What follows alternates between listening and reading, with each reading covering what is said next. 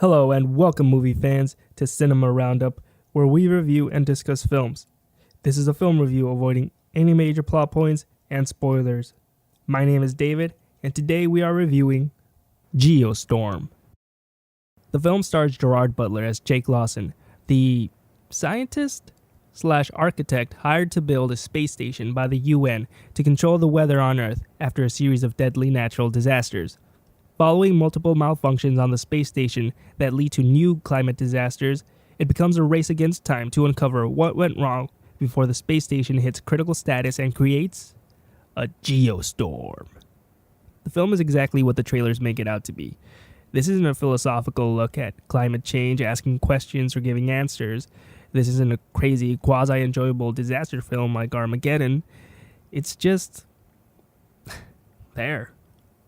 It's a mild film. It's not bad. I definitely wasn't bored, but I wasn't all that entertained either, and there's nothing really that stands out about it.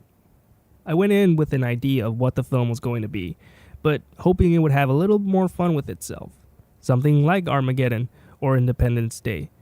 But it doesn't. I think part of the film does actually want to be taken seriously. The story is actually interesting, a plot that could be the basis for a great science fiction story about all the nations in the world coming together to try and control the climate on Earth, only to end up losing the control of it and facing the repercussions. After all, the greatest science fiction stories are about the arrogance of man flying too close to the sun.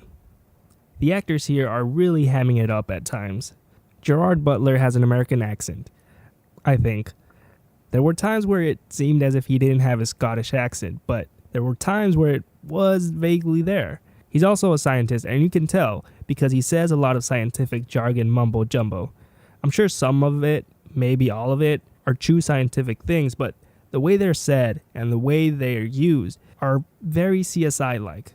Jim Sturgis, who plays Max, the politician in charge of the space station, hams it up past 10, straight to 11. Every conversation he has culminates in him getting watery eyes. Some of the conversations aren't sad, but for some reason, watery eyes.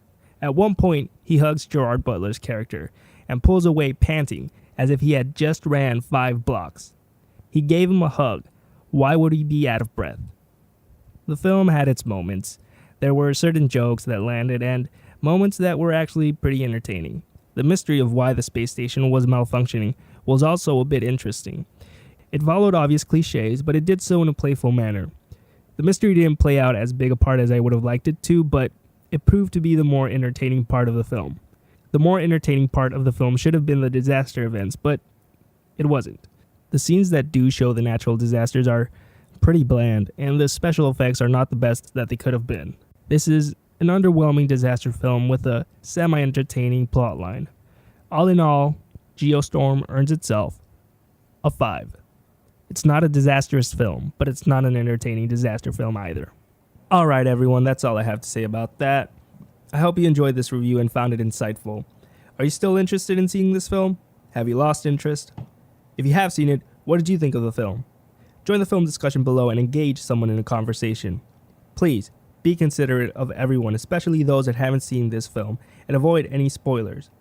I want to thank you for making it this far into the video, and I hope you consider subscribing to stay updated on all our future uploads. Have a great day, and I'll see you next time at the theaters.